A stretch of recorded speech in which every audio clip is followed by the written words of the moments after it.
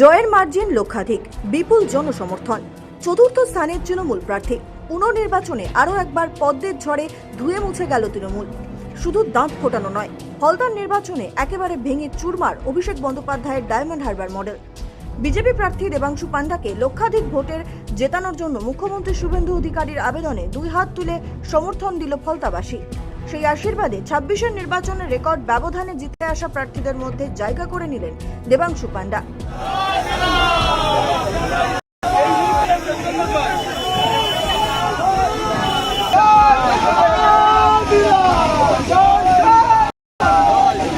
ফলতা পুনর্নির্বাচনের আগে ফলতা থেকে সরে দাঁড়ানোর সিদ্ধান্ত ঘোষণা করেন তৃণমূল প্রার্থী জাহাঙ্গীর খান।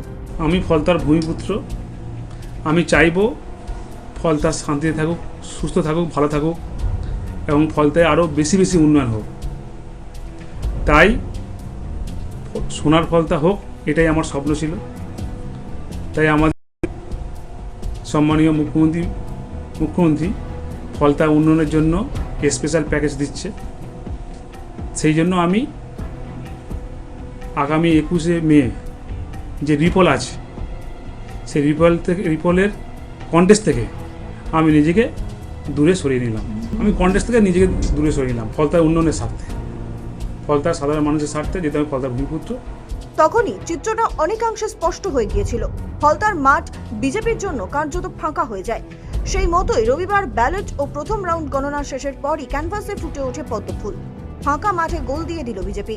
স্বতঃস্ফূর্তভাবে সাধারণ মানুষ ভোট দিয়েছে। কোনো রকম আপনারা দেখেছেন, সব কোনো দলই অবজেকশন কোনো কিছু ছিল না। ফলতাবাসী এবং হাসিমনগরের যেসব মানুষজন যারা যেভাবে রাস্তায় নেমেছিলেন এবং ফলতাবাসীরা যেভাবে সাপোর্ট করেছেন, ফলতাবাসীদেরই উৎসব। এদিকে পুষ্পার ঝুঁকে পড়ায় মাথা তুলে দাঁড়ালো সিপিএম প্রার্থী শম্ভুনাথ কুর্মী দ্বিতীয় স্থানে। আর প্রাক্তন শাসক দল নামতে নামতে এসে ঠেকেছে চারে। জাহাঙ্গীর যারা ছিল সার্কেট সব মোটামুটি করতে ঢুকে গেছে, আর ওদের নিয়ে বেশি আলোচনার বিষয় নেই। তৃণমূলের পর্বে দক্ষিণ ২৪ পরগনার ফলতা বিধানসভার নির্বাচনী গণনা এবার নতুন রাজনৈতিক সমীকরণের ইঙ্গিত দিল। এই ফলাফল স্বভাবতই একটি বড় প্রশ্ন তুলে দিয়েছে বাংলার রাজনৈতিক মহলে।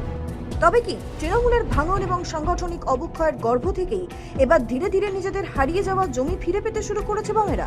বিগত এক দশকেরও বেশি সময় ধরে তৃণমূলের অন্দরে ডায়মন্ড হারবার মডেলকে এক অপরাজেয় হিসেবে তুলে ধরা হয়েছিল।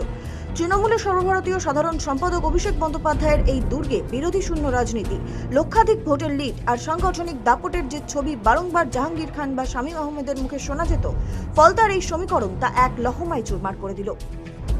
পুনর্নির্বাচনের আগে তৃণমূলের সর্বভারতীয় সাধারণ সম্পাদক অভিষেক বন্দ্যোপাধ্যায় চ্যালেঞ্জ ছুঁড়ে পোস্ট করেছিলেন, 10 জন্মেও বাংলা বিরোধী গুজরাট গ্যাং তার ডায়মন্ড হারবার মডেলের সামান্য আঁচড় কাটতে পারবে না।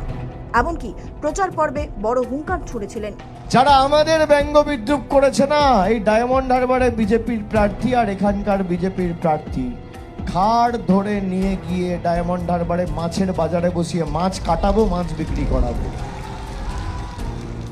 এখানে জাহাঙ্গীর আমাকে আস্তে আস্তে বলেছে, দাদা সব দিয়েছো, একটা বৈদ্যুতিক চুল্লি করে দিতে হবে। আমি ভাবলাম 4 তারিখ ফল বেরোনোর পর কিছু লোক তো হার্ট অ্যাটাক করবে, তাদের সৎকারটাও ভালো করে করা আমাদের উচিত। করে দেবো, আমি কথা দিয়ে যাচ্ছি, লড়াই করে যত দ্রুত সম্ভব বৈদ্যুতিক চুল্লি হবে এখানে। তবে এবার ফলতা বিধানসভা কেন্দ্রের পুনর্নির্বাচনের ফল দেখেই তৃণমূলকে নিয়ে খানিকটা রোগড়ে দিয়েছেন রাজ্যের মুখ্যমন্ত্রী শুভেন্দু অধিকারী। ফলতায় বিজেপি প্রার্থীর বিপুল জয়ের খতিয়ান তুলে ধরে তিনি লিখেছেন, একদা চর্চিত কুখ্যাত ডায়মন্ড হারবার মডেল আসলে এখন তৃণমূলের হারবার মডেলে পরিণত হয়েছে। সোশ্যাল মিডিয়ায় একটি দীর্ঘ পোস্ট করে ফলতার ভোটারদের কৃতজ্ঞতা জানানোর পাশাপাশি প্রাক্তন শাসক দল ও তাদের শীর্ষ নেতৃত্বকে নজিরবিহীনভাবে বিঁধেছেন মুখ্যমন্ত্রী। ফলতা বিধানসভা আসনের পুনর্নির্বাচনে ভারতীয় জনতা পার্টির প্রার্থী দেবাংশু পান্ডাকে বিপুল জনাদেশ দিয়ে জয়ী করার জন্য ফলতার জনতা জনার্দন গণদেবতার প্রতি মাথা নত করে প্রণাম জানিয়েছেন মুখ্যমন্ত্রী।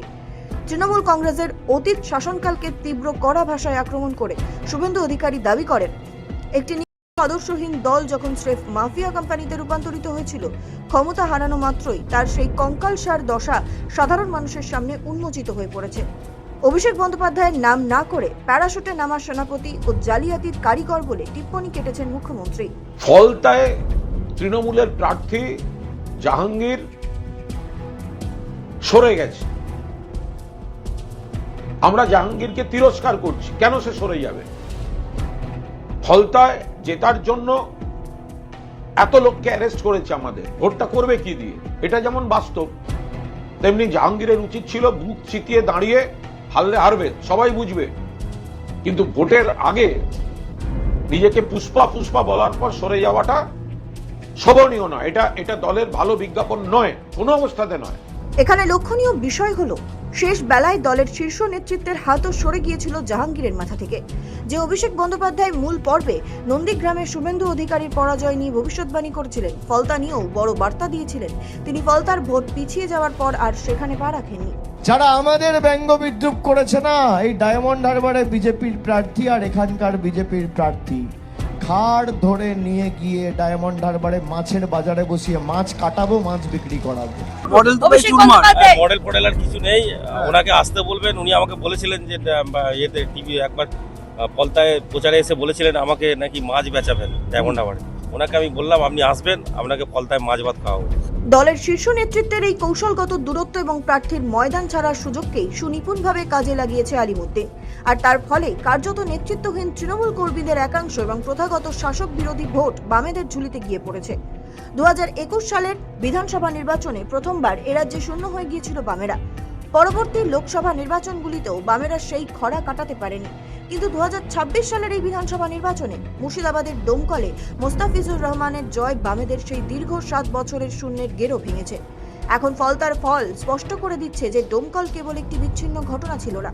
যেখানেই তৃণমূলের ক্ষমতার দাপট কমছে বা দল খড়কুটোর মতো ভেঙে পড়ছে, সেখানেই দ্বিতীয় শক্তি হিসেবে মাথা তুলে দাঁড়াচ্ছে বামেরা। প্রশ্ন উঠছে, তৃণমূলের রাজনৈতিক অবসান বা দুর্বলতাই কি তবে বামেদের ঘুরে দাঁড়ানোর প্রধান রসদ? এই তুলনামূলক আলোচনা এখন অত্যন্ত প্রাসঙ্গিক। পশ্চিমবঙ্গে তৃণমূলের ভোট ব্যাংকের একটা বড় অংশই আসলে বাম আমলের সাবেক ভোটার, যারা পরিবর্তনের হাওয়ায় জোড়াফুলের দিকে ঝুঁকেছিলেন। এখন যখন দুর্নীতি ও অভ্যন্তরীণ কোন্দলে জর্জরিত শাসক দল জনমানুষের বিশ্বাসযোগ্যতা হারাচ্ছে এবং বিজেপির আগ্রাসী উত্থান ঘটছে, তখন মেরুকরণের রাজনীতির বাইরে থাকা এক শ্রেণীর ভোটার আবারও পুরনো বামপন্থার দিকেই আস্থা ফেরাতে চাইছেন। শফিক সান্যাল ও জাহেদ মিস্ত্রির রিপোর্ট, সময় কলকাতা।